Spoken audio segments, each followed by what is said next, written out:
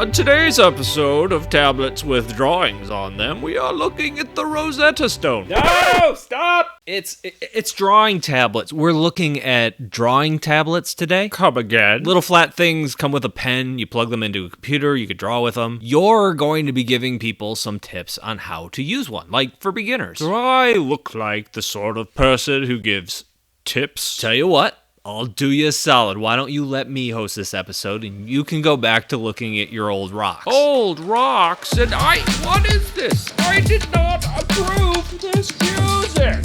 This is a drawing tablet. They come in different sizes from different manufacturers, and they're often chosen by new artists who are just getting their feet wet in digital art because they tend to be cheaper and are a great entry point. The downside to one of these is they also tend to have a steeper learning curve than, say, a drawing tablet with a screen. So we're here today to get you up the ladder of learning faster. I'm coming down! When did we get a budget for a ladder? I'm drawing in Photoshop here, but you can use any drawing app that you like. I have a list of 5 really good ones that are free. You can check that out when you're done watching this video. Link that down below in the description. On your tablet, you will see some marks.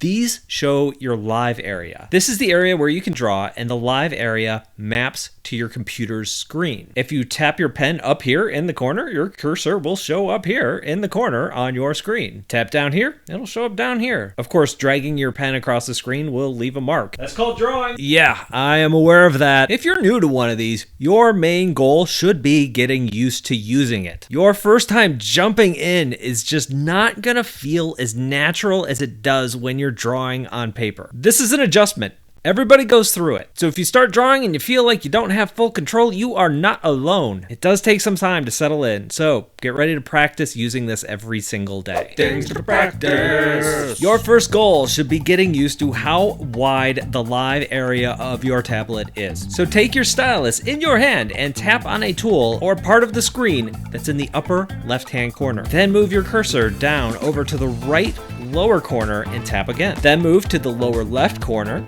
and tap again. Then to the upper right corner and tap again. The first time you do this, you probably aren't going to be moving really fast. Like I said, you are just getting used to the screen and how your pen maps to it. But I want you to do this several times. Upper left, lower left, upper right. Each time you do it, I want you to try to do it a little bit faster. I want you to speed up. Your hand is gonna get used to moving across that space and understanding where it needs to be to hit the various parts of your screen. Now, once you feel comfortable moving around the screen a little bit, I want you to practice something similar, but on the canvas. First of all, let's go to the upper left-hand corner of that canvas and let's draw a small circle, not too close to the edge. Then draw one in the lower right corner. Move over to the lower left and draw another one. Then in the upper right and draw your circle again. We are going to do what we did before, but instead of speeding up, what I want you to do is try drawing another circle around the circles you've already drawn and just move from one to the other into the other. You're getting the hang of this. If you'd like, you can keep going and draw even larger circles around those. This is a great warm-up activity. Another thing you can try doing is practicing connecting lines between those circles. Take your pen and draw a line from the center of one of those circles to the center of another one of those circles. Pick your pen up, go to another area, and connect another line. As you get used to it, you can try speeding up these lines and seeing if you can draw them faster and still stay accurate. This has been another edition of Things to Practice.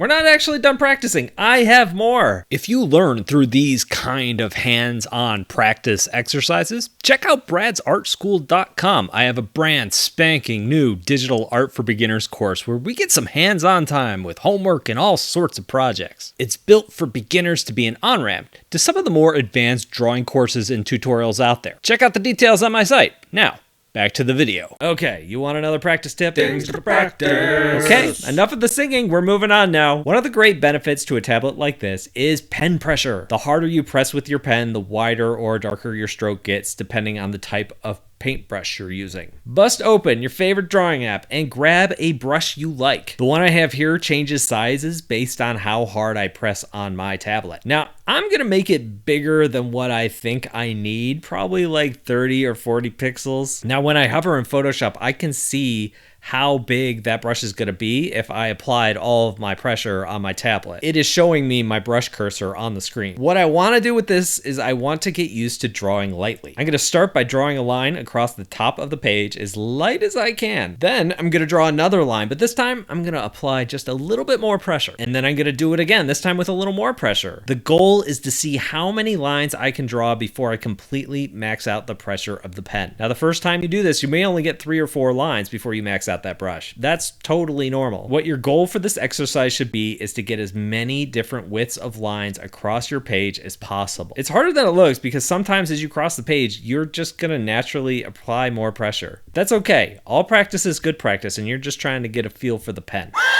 Oh, I know that noise. It's the question giraffe. We're going to answer a question from someone in the audience. Help! My tablet won't work. I've installed it and I have no pen pressure. I hate everything. P.S. Do you like roller coasters? You can't handle them. Yes, I can. I love roller coasters. Okay. So, I got your back, Dr. Octopus for life. I have installed a lot of graphics tablets over the years, and it's not a hard process. Since you've already installed your tablet and it's not working properly, my first step would be to uninstall the software and then reboot your computer. I know, often when a tech person tells you to reboot, they're wasting your time. Sir, have you tried rebooting your router? I just want you to tell me if the network in my area is down first. But this time, you really do need to reboot your computer after installing and uninstalling. Now that your software is uninstalled, you've rebooted, hook up your tablet to your computer and reinstall the software. Then, yes, here we go again, I want you to reboot a second time. Now test out your tablet. Still not working? Try out a few different drawing apps that you might have that have pen pressure. Again, this is where having 1 or 2 free drawing apps installed on your computer comes in really handy. Sometimes it's just one app that's having a problem, and that really will help you troubleshoot. In that case, you can Google Krita, no pen pressure, gah! And folks can help you find your way. Sometimes it's as easy as installing another driver, sometimes it's just playing with the settings of the app itself.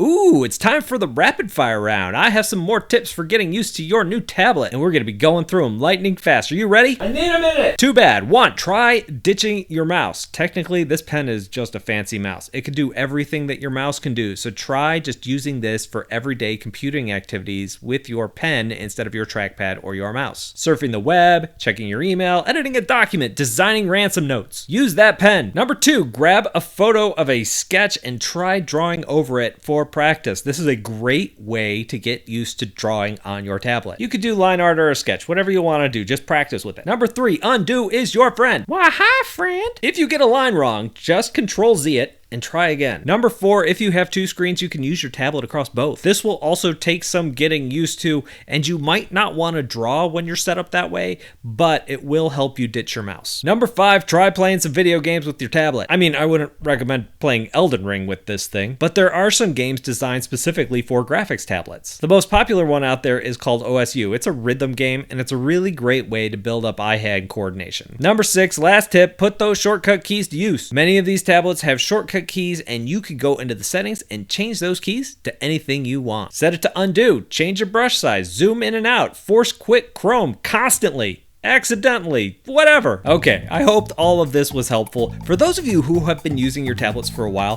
what helped you learn? Let me know down below in the comments. Thank you all for watching, and I'll talk to you in a couple of days.